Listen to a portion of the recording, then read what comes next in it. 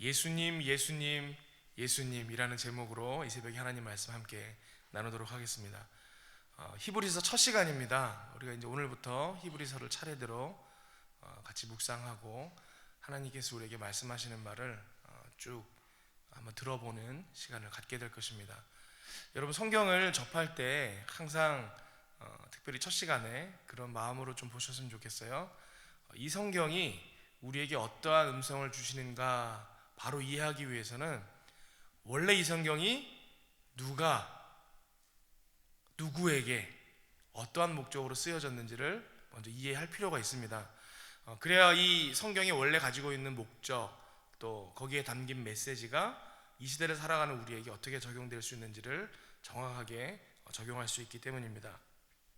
히브리서는 이 제목에서 나타나 있는 것과 같이 구약을 잘 알고 있는 히브리인이 유대교 출신의 다른 히브리 기독교인들에게 쓴 편지입니다.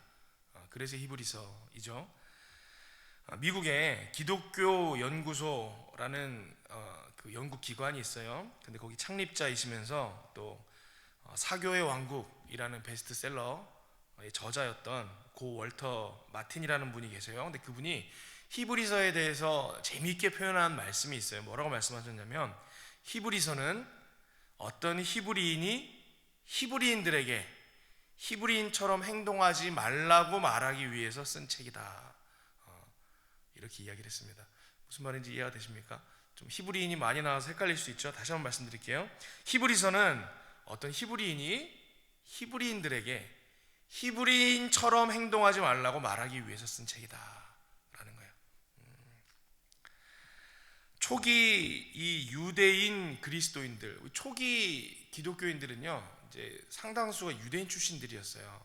하나님의 말씀을 갖고 있던 사람들이었잖아요. 구약의 말씀을 가지고 있었고, 또 언약의 메시아를 기다리던 사람들이었기 때문에 복음이 그들에게 먼저 들어가고 그들로부터 그리스도인으로 변화되는 일들이 시작이 됐어요. 그래서 많은 사람들이 비율적으로 유대인이었습니다. 그런데 문제가 있었는데 뭐냐면, 이들이 평생을 유대교 안에서 유대인으로 살다 보니까 마음 가운데 이 유대교인 정체성과 그리스도인 정체성이 같이 있었던 거예요. 우리 한국 사람들 같은 경우도 그런 경우 있잖아요. 평생 유교 문화권 안에서 살았어요. 그러면 예수 믿고 구원 받았어요. 교회를 다니고 그리스도인인데 아직도 삶의 정체성 가운데는 유교주의와 유교 형식과 혹은 이전에 가졌던 종교의 색깔과 모양이 배어져 있는 경우들이 많이 있잖아요. 이 당시 히브리인 출신, 유대교 출신 기독교인들 사이에서 그게 있었다라는 거예요. 그런데 또 이들 마음 가운데는 게다가 또 어떤 마음이 있었냐면, 유대인 정체성이 더 크게 자기 자신들을 작용했어요. 왜냐하면 그 안에는 선민의식이 있잖아요. 우리는 하나님으로부터 택함받은 백성이야. 그래서 우리는 달라. 이게 있었기 때문에 그리스도인이라기보다는 우리는 유대인인 그리스도인이야. 이게 더 컸다라는 거예요. 그러다가 이제 네로의 박해가 시작되려고 했습니다. 우리 네로 황제가 극심하게 기독교인들을 박해했던 시절이 있었잖아요. 박해가 시작되려고 하니까 이 사람들 마음에 두 정체성이 있었는데 어느 쪽으로 기우냐면 유대인 정체성으로 확 기울어 버리는 거예요. 비교적 유대교는 이 로마 지배 아래 있던 그 여러 역사 중에 긴 역사를 가지고 있었기 때문에 어느 정도 인정받는 종교였어요. 그래서 박해가 없는 종교였습니다. 그러다 보니까 그리스도인으로 있으면 박해를 받아야 되는데 유대교인으로 있으면 박해를 피할 수 있잖아요. 사람들의 마음이 자연스럽게 그쪽으로 움직여가는 일들이 있었다라는 거예요. 그러다 보니까 유대교 의례와 유대교 예식으로 다시금 회귀하는 일들이 많이 일어났습니다. 그때 이 히브리서가 박해를 받는 신자들에게 예수 그리스도의 은혜 가운데 계속해서 인내하며 나아가십시오 라고 권면하면서 쓴 책이 바로 이 히브리서입니다. 그러면서 강조하는 내용이 무엇이냐, 이 유대교와 우리 그리스도 히브리 기독교 사이에 가장 극명하게 차이를 내는 부분이 있잖아요. 뭐예요? 예수 그리스도. 이 히브리서는요, 끊임없이 예수 그리스도를 강조하고 있는 책이에요. 예수님이 얼마나 뛰어난 줄 아느냐, 예수님의 사역이 얼마나 탁월한지 아느냐, 그 어떠한 종교나 예식보다 예수님과 예수님의 하신 일이 훨씬 더 위대하다, 이것을 끊임없이 이야기하고 있는 책이 히브리서입니다. 그래서 이 히브리서에 나오고 있는 대표적인 논증 중에 하나가 뭐냐면, 너희들 지금까지 죄의 문제를 해결하기 위해서 어떠한 일들을 했느냐, 무수히 많은 제사를 지내지 아니하였느냐, 여러 번 제사를 지내지, 속죄의 제사를 지내지 아니하였느냐. 그러나 예수님 이후의 시대는 어떻느냐, 예수님께서 십자가와 부활로 이것들을 단번에 해결하셨다. 이게 대표적인 논증이죠. 수도 없이 여러 번 하던 것을 예수님께서는 이제 단번에 해결하셨다. 이런 논증이 나오고 있습니다. 오늘 우리가 1장을 읽었는데요, 이 1장의 내용을 정리해서 볼 때 본문의 메시지를 크게 두 가지로 정리할 수 있습니다. 한번 차례대로 살펴보도록 하겠습니다. 첫 번째 메시지는 뭐냐면, 말씀의 예수님이 이제는 실체의 예수님이 되셨다라는 거예요. 1절, 2절 같이 한번 보도록 할게요. 옛적의 선지자들을 통하여 여러 부분과 여러 모양으로 우리 조상들에게 말씀하신 하나님이, 옛적에 이건 무슨 말이에요? 예수님 오시기 이전에는 선지자들을 통하여, 이 구약성경 자체가 선지자들을 통해서 받은 말씀이에요. 선지자들을 통하여 여러 부분과 여러 모양으로, 여러 가지 방식과 여러 가지 형태와 여러 때에 우리 조상들에게 말씀하신 하나님이 이렇게 됐죠. 그 다음에 뭐라고 되어 있어요? 이 모든 날 마지막 날에는 옛적하고 비교가 되어 있죠. 그리고 여러 부분 여러 모양을 통해서 오던 게 이제는 아들을 통하여 우리에게 말씀하셨으니 이 아들을 만유의 상속자로 세우시고 또 그로 말미암아 모든 세계를 지으셨느니라, 이렇게 얘기를 하는 거예요. 예전에 너희 선조들은 옛적에 이러저러한 방법으로 선지자들이 말씀하셨던 것을 통해 하나님의 계시를 경험했다면, 오늘날 마지막 때를 살아가는 우리에게는 하나님이 아들을 통해서 말씀하셨다, 그렇게 말씀하고 있는 것입니다. 예수님이 어떤 분이신 줄 아느냐? 선지자들을 통해서 끊임없이 말씀하셨던 바로 그분이다. 말씀으로만 계시되었던 메시아가 이제는 실체가 되어서 우리 가운데 오신 것이다. 여러분, 이렇게 말씀하고 있는 거예요. 여러분, 이 실체로 오신 예수님을 붙들지 못하면요, 쉽게 흔들릴 수밖에 없습니다. 넘어집니다. 다시 이전으로 돌아가게 된다라는 것입니다. 이것을 우리에게 적용하면 이렇게 이해할 수 있겠죠. 여러분, 우리 가운데도 예수님께서 말씀 속에만 계시는 존재인 것처럼 사시는 분들이 있다라는 거예요. 오늘날 우리가 신앙인이라 그러고 그리스도인이라고 하면서도, 예수님은 말씀 속에만 존재하시는 분이야 라고 생각하시는 분들이 있어요. 예수 믿는다고 하는데, 기독교인이라고 하는데 삶 가운데 구원받은 자로서의 기쁨이 없는 분들이 있어요. 은혜 받은 자로서의 감사가 없는 분들이 있어요. 삶의 여러 가지 중요한 문제들을 만나면 그것들을 세속적인 방법으로 생각하고 결정하는 사람들이 있다라는 거예요. 이게 뭐예요? 이거를 해석해서 문장으로 표현하면 뭐냐면, 예수님은, 내게 있어서 예수님은 그냥 성경에 나오는 그냥 옛날에 살았던 그런 분입니다 라는 거랑 똑같은 거라는 거예요. 그러나 예수님이 실제로 임하셔서 지금도 살아계셔서 역사하고 계십니다. 그런 예수님을 믿는 사람들은 삶 가운데 어떻게 나타나겠습니까?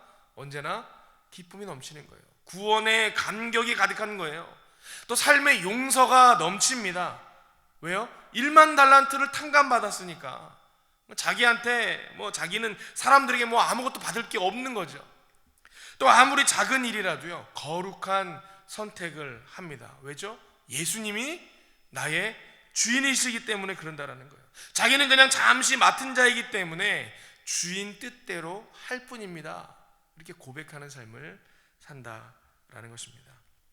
지금도 살아계셔서 내 삶의 주인 되시며 인도자가 되시는 또 실체이신 예수님을 굳게 붙들고 사시는 저와 여러분들 되시길 바랍니다. 이런 고백이 있으면 삶이 완전히 달라지는 거예요. 삶에서. 두 번째입니다. 메시지는 뭐냐면, 우리가 말하고 있는 그 예수님은 본질적으로 하나님과 같은 분이다라는 것을 이 히브리서 저자가 전하고 있습니다. 3절에 보니까 그렇게 나오죠. 이는 하나님의 영광의 광채시요 그 본체의 형상이시라. 그의 능력의 말씀으로 만물을 붙드시며 죄를 정결하게 하는 일을 하시고 높은 곳에 계신 지극히 크신 이의 우편에 앉으셨느니라. 여러분, 다시 유대교로 돌아가려고 했던 사람들의 심리가 뭐였겠어요? 왜 돌아가는 일들이 발생하죠? 그들 마음 가운데 뭐가 있냐면, 에이, 뭐 여기도 별거 없네, 이런 마음이 있었다라는 거예요. 예수님의 본성을 이해하지 못하니까 유대교 사람으로 있으나 그리스도인으로 있으나 그게 그거더라는 거예요. 그러니까 박해가 오려고 하니까 다 돌아가려고 하죠. 여러분, 그러나 예수님이 그런 분이십니까? 그게 그거 이거나 이거나 똑같네 뭐 그렇게 말할 정도의 그런 분입니까? 히브리서 저자가 전하는 핵심 메시지가 뭐냐 하면, 유대의 하나님만 믿었던 히브리 출신 그리스도인들에게 전하는 메시지가 뭐였냐면, 예수님이 누구신 줄 아느냐? 예수님이 바로 너희들이 지금까지 붙들었던 그 하나님이다 라고 증거하고 있는 것입니다. 여러분, 우리 믿음의 내용이 뭐예요? 오늘날 이 시대를 살아가고 있는 우리 믿음의 내용이 무엇입니까? 예수 그리스도가 나의 구세주입니다. 여러분, 이게 우리 믿음의 고백입니다. 한번 따라하겠습니다. 예수 그리스도가 나의 구세주입니다. 한 번 더 하겠습니다. 예수 그리스도가 나의 구세주이십니다.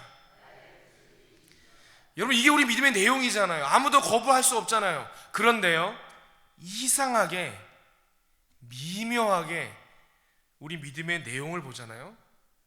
우리 안에도요, 예수님이 없는 경우가 많아요. 하나님을 의지하고 하나님께 기도하고 하나님을 신뢰하고 하나님을 붙들고 하나님의 은혜를 누리고 하나님께 감사하고, 우리가 이런 고백만 하다 보니까 경우에 따라서는 오해하는 분들도 계시더라는 거예요. 기독교인데 기독이 없어요. 그리스도교인데 그리스도가 없어요. 교회 안에서 예수님이 잘 언급되지 않더라는 거예요. 예수님이 교회 주인인데도 불구하고. 여러분, 우리가 왜 모여 있습니까? 왜 우리가 교회입니까? 예수님 때문이에요. 예수님이 우리의 정체성입니다. 예수님이 교회의 머리시고 교회의 주인이십니다. 우리의 사명이 뭐예요? 그러면 예수님 증거하는 거예요. 예수님의 사역, 십자가와 부활의 증인이 되는 거, 여러분, 그게 우리의 사명입니다. 그러면 우리의 구원의 근거는 어디에 있습니까? 예수님의 십자가와 거기서 흘리신 보혈, 여러분, 그게 근거예요. 그렇다면 우리의 영생의 소망은 어디 있습니까? 예수님의 부활, 여러분, 그게 우리의 영생의 소망입니다. 우리의 위로가 어디서부터 옵니까? 예수님의 중보에서부터 옵니다.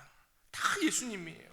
여러분, 예수님 빼면 아무것도 아니에요. 그래서 기독교에 예수님이 빠지면 다른 종교랑 비슷해지는 경우가 있어요. 그냥 잘 되려고 기도의 대상이 있어야 하니까, 혹은 힘들 때 의지할 대상이 있어야 하니까, 혹은 복 주실 수 있는 능력 있는 절대자가 있어야 하니까, 뭐 그러한 이유로 신앙생활을 하잖아요. 그게 내 신앙의 내용의 전부가 되잖아요. 그러면 만약에 삶의 특정한 상황이 오면은 이 히브리서의 독자들처럼 된다라는 거예요. 뭐 여기도 별거 없네, 다른 데도 비슷하던데. 여러분, 다른 데 가도 기도 다 해요. 다른 종교에도 다른 데 가도 복 다 빌어요. 다른 데 가도 선을 행하고 살려고 애를 쓰고 노력을 합니다. 예수님이 빠지면 똑같아지는 거예요. 히브리서 기자가 말하고 있는 게 뭐예요? 그렇지 않다라는 거예요. 예수님이 하나님의 영광의 광채이시고 그 본체의 형상이시고 우리의 구세주이시고 본질적으로 우리가 믿는 하나님이십니다. 이것을 굳게 붙들라는 것입니다. 저와 여러분의 삶 가운데 이 예수 그리스도를 향한 고백이 동일하게 있기를 바랍니다. 이게 기독교의 핵심이고 전부입니다. 그래서 히브리서 기자가 말하는 게 그 다음에 뭐냐? 그 예수님은 천사보다 뛰어나시다라는 거예요. 4절이에요. 그가 천사보다 훨씬 뛰어남은 그들보다 더욱 아름다운 이름을 기업으로 얻으심이라. 이 5절부터 14절 쭉 1장 하반부는 다 같은 내용입니다. 이를 보충하는 말씀이에요.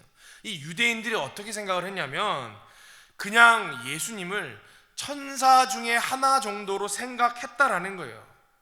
그러니까 박해가 심하게 온 것도 아니고 이제 막 시작하려고 한 것뿐인데도 다 넘어지는 일들이 일어났다는 것입니다. 여러분, 오늘날에도요, 예수님을 그냥 훌륭한 선생님, 좋은 말씀 많이 하신 분 정도로 생각하시는 분들이 있어요. 혹은 영험했던 사람, 예언자, 그런 사람으로 생각하는 분들도 계십니다. 또 기적을 행하는 능력의 사람 정도로 생각하시는 분들도 계십니다. 그런데 여러분, 다 맞죠? 다 예수님을 표현하는 말들 맞아요. 그러나 예수님의 일부분입니다. 이것은 예수님은 어떤 분이에요? 2절 하반부에 나오는 것과 같이 만유의 상속자요, 세계의 창조자이신 거예요. 그리고 죄를 정결하게 하시느니 우리를 사망에서 건지신 구원자라는 것입니다.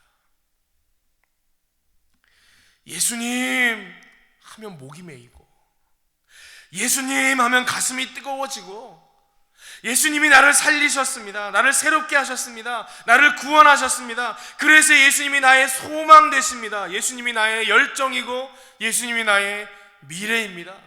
그러면서 눈물이 흐르고, 여러분, 이게 우리 그리스도인의 고백이다라는 것입니다.